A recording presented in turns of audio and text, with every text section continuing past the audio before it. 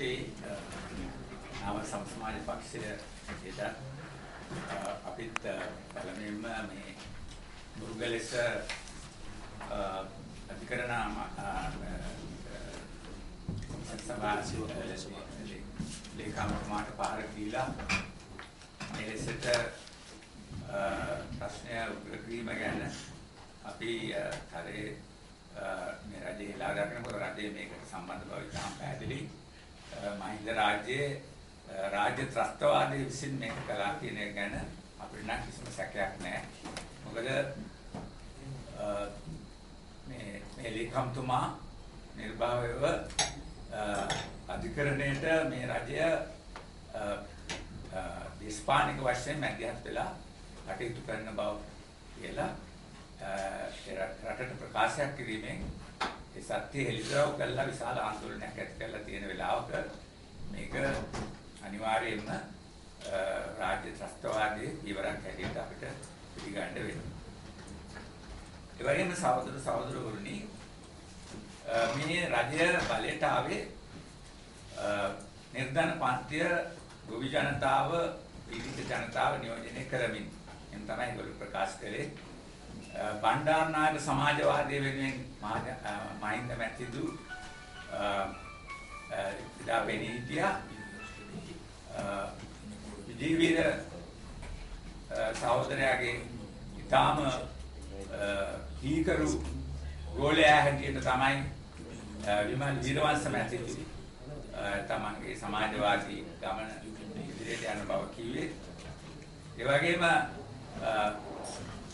තම සමාජ කොමියුනිස්ට් පක්ෂ දෙකේ ඉස්සෙල්තරන යුගුණසේකර ඒ වගේම මගේ පරණ යාළුවා වාස්තව මේ කොමලා කොමියුනිස්ට් ප්‍රකාශනයේ අනුවම සමාජවාදයට යන උදවිය හැටියට තමයි මේ සමාජවාදීන්ගේ එකමුතුවක් හැටියට තමයි මේ රටට මේ බල ආණ්ඩුව බලය ගත්තේ. දැන් මේ සමාජවාදීන්ගේ එකමුතුව විසින් මේ රටේ තිවිච්ච කිසිම ධනපති පාලනයකට වඩා භයානක ලෙස අපේ රට අධිරාජ්‍යවාදීන්ගේ ග්‍රහණයට යටත් කරලා තියෙනවා. දැන් මේ ළඟ එන අයවැය පිළිබඳව වැඩ කටයුතු මූලික කාරණා සිද්ධ කරලා ඉවරයි. ඒක ජාත්‍යන්තර මුල්‍ය ආරමුදල සමග සහ ඒකේ නියෝජිතයන් සමග සාකච්ඡා කළා. ලෝක බලවතුන්ගේ නියෝජිතයන් සමග සාකච්ඡා කළා මේ ආණ්ඩුව කොහෙද යන්නේ කියන ගන්න කොයි විදිහට ආර්ථික සලස්ම කියලා කටයුතු කරලා ඉවරයි. නමුත් දැන් සාකච්ඡා පවත්වනවා නොයෙකුත් ජනතා නියෝජිතව කැඳවමු. කන්න බොන්න දීලා ලොකුවට දැන් දේශීය ආයෝජකයෝ ව්‍යාපාරිකයෝ ගෙන්නනවා. නොයෙකුත් අය ගෙන්නලා සාකච්ඡා කරනවා. හැමදාම අපිට බලා ගන්න පුළුවන් මේ අය ඇවිල්ලා ඒගොල්ලන්ගේ උපදෙස් ආගෙන ඉන්නවා ජනාධිපතිතුමා. නැත්නම් අපිට බැලුවහම පේනවා මේ උපදෙස් ගන්න නෙවෙයි මේ කැඳවලා තියෙන්නේ. මේ Taman හදපු අයවැයට විරුද්ධතාවයේ රටේ ඇති වෙන බව දන්නවා. ඒකට පෙර සූදානමක් හැටියට මේ ජන කොටස් Tamanගේ රටට නමා ගැනීමට තමයි මේක කැඳවලා තියෙන්නේ. ඒක පැහැදිලි වෙන්නේ වැඩ කරන ජනතාව. අත් වශයෙන් කම්කරුපන්ති උත්සම්ති ව්‍යාපාරේ කැඳවලා නැහැ. යදන්න එතන එයාට එයාගේ පක්ෂවල අයවත් එයාට ඉඩ ලැබෙන්නේ නැහැ. මොකක් හරි එයා කියන කතාවල අහගෙන ඉන්න. මොකද අද මේ මත්තර කතා කරපු ධර්මන්තිතුමා එක්සත් ජාතික පක්ෂයේ ජාලජාවද සහෝදරයා දැන් මම සහෝදරයෙක් කියලා නම් කම්කරුපන්ති පක්ෂ සමිතියක නායකයෙක් ඇවිත් ඉන්නේ. මම එක්සත් කම්කරු සම්මේලනයේ අනුශාසක අපිත් ඉන්නවා ඒකේ ලයිස්තුවේ අපි දෙගොල්ලෝ මේකට වඩලා ඉඳ වෙලා දිනවා. එතකොට අපි සහෝදරයෝ හැටියට වැඩ කරන නිසා අපි ඒකට නඩුව දාලා තියෙන්නේ. අපිට දැන් නඩු මග මොකද අධිකරණ පිහිට ඇරෙන්න වෙන කිසිම මාර්ගයක් නැහැ වැඩ කරන ජනතාවට මේ සාකච්ඡා කරන්න ගිහිල්ලා වැඩක් නොවන තැනට පැමිණලා තියෙනවා. එතුමා කිව්වා වගේ අපිට අර්ථසාධක අරමුදලේ අයිතිකාරයෝ අපි කම්කරුපන්ති නිර්ධන පන්තිය මේ රටේ අපි එකතු කරපු සල්ලි අපිට හාමුදුරුවන්ගෙන් උදුරාගත්ත සල්ලි අපේ සටන් කළා අපි ලබාගත් අයිතිවාසිකම මේක. ඒක තුල අතිවිශාල ධනස්කන්ධයක් අපි රැස් කරගෙන ඉන්නවා. ඒක අපේ සල්ලි, කම්කරුවන්ගේ සල්ලි.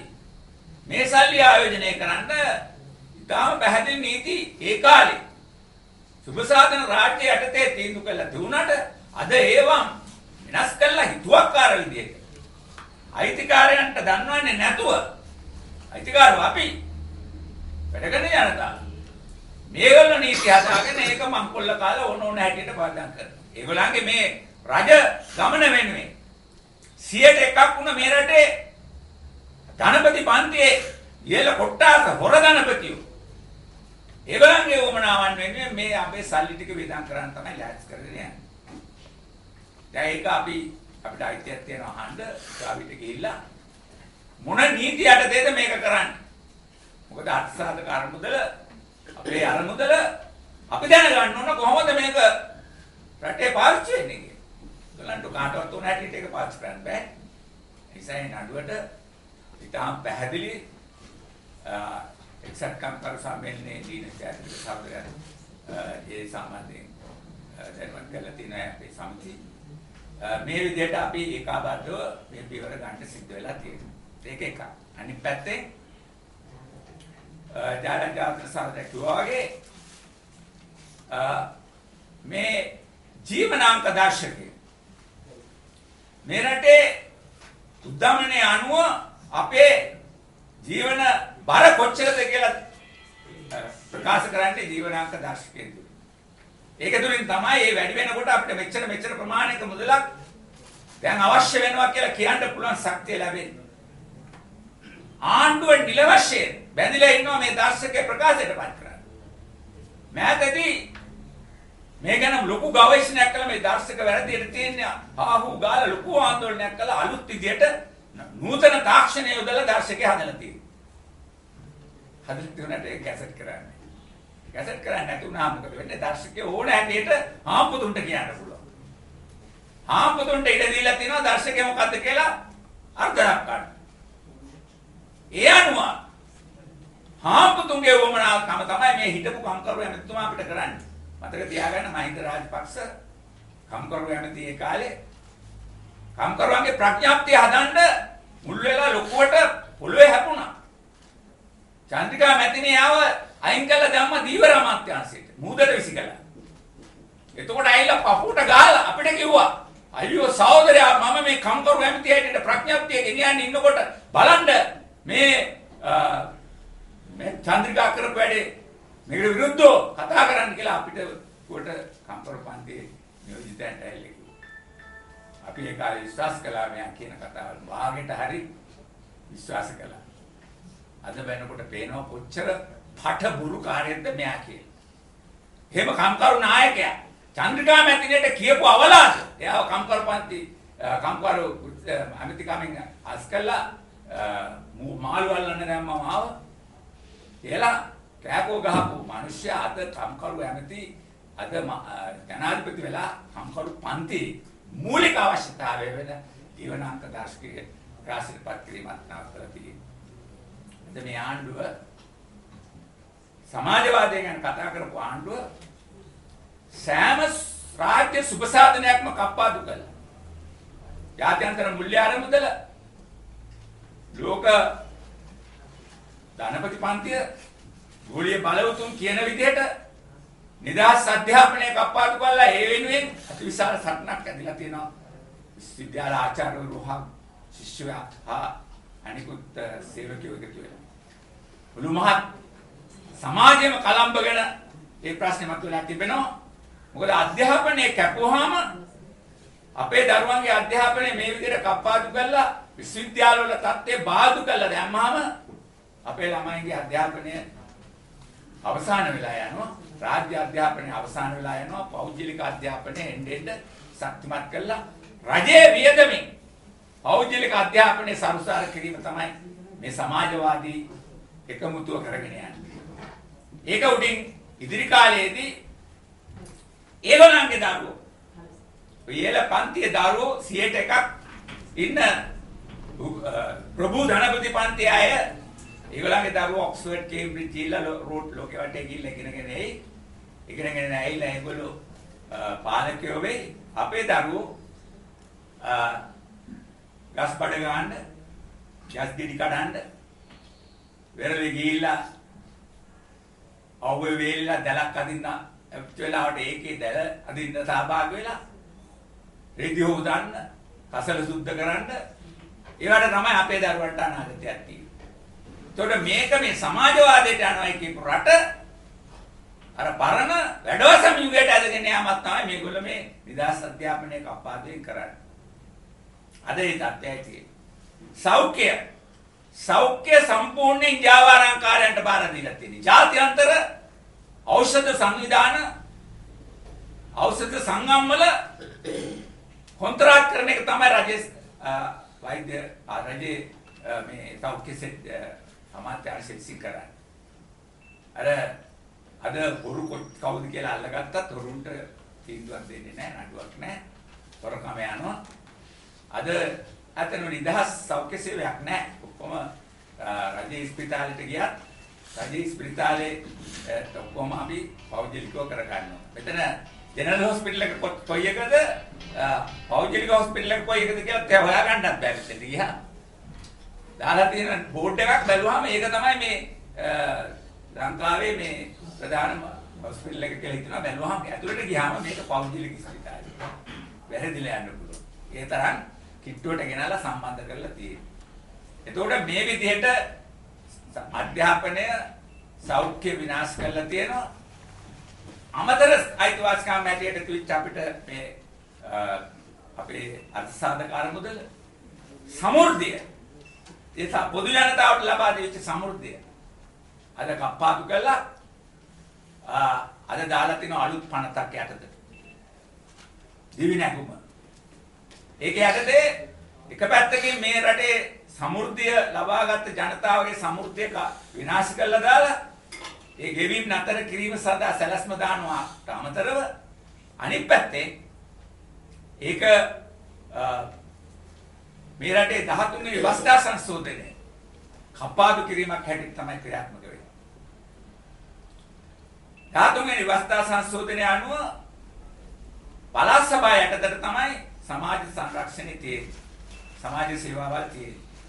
ඒ විතරක් නෙවෙයි විෂයන් 6ක් අඩංගු වෙන පළාත් සභා ක්‍රමයේ යටතේ පළාත් සභාවට අයිති වෙන විෂයන් 6ක් ඊට අමතරව අවුවෙන විද්‍යාවට තමයි මේ පනත ගේන්නේ. ඒ පනත මගෙන් කරන්නේ වෙන දෙයක් නෙවෙයි 13 වෙනි වස්තා සංශෝධනයේ රිවර්ස් ගියර් එකට දානවා.